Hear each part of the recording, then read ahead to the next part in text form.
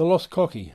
I don't have a lot of video to support this story, as the events happened during another of our recent rainfall periods.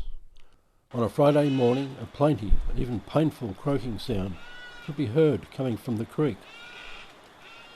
Not a normal call. I wandered down to the bank of our now flooded creek and saw a small Sulphur Crested Cockatoo perched on the branch of a wattle tree. His calls were being answered by two mature cockatoos way up in a nearby poplar tree. It appeared to be a fledgling, dishevelled, waterlogged and clearly not happy. It was able to change trees, as it appeared in different but nearby wattles during that and the following day, during which it endured continuous rain with bursts of heavy showers. The two adults remained in attendance during this time, often calling to it.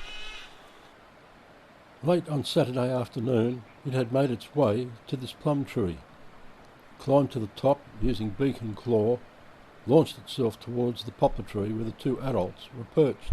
Flapping furiously, its flight only lasted about 30 metres, plummeting to earth with what could only be described as a belly flop type landing.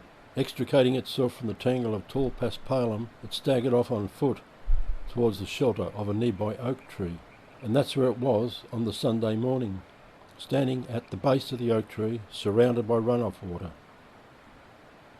Later that morning, during a short outbreak of sunshine, it was sitting on the top of a nearby fence post, together with one of the adults.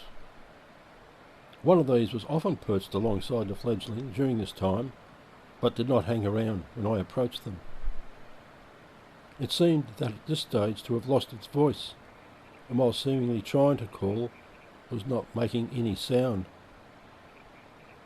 That evening was back in a close by wattle tree, but when I went down the next morning, it had fallen off its perch and lay on the ground underneath.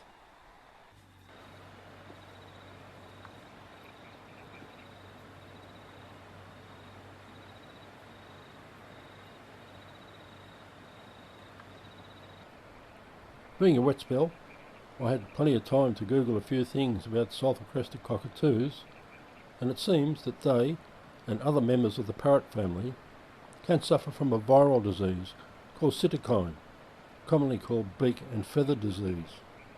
It often affects juvenile birds, distorting beaks, feathers and claws and causing death. I suspect that that is what this little fellow had. For the next couple of days, the two adult cockies returned, early in the morning and again in the evening, perching high up in a poplar tree and calling to what I assume was their fledgling. I don't particularly like cockatoos.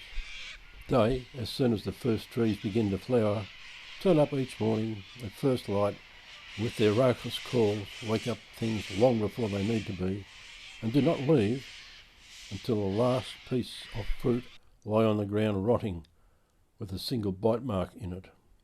But I have to be impressed and even touched with the devotion of these two adult birds, who I read mate for life, who attended and comforted their offspring through over 150 mil of rain until its demise.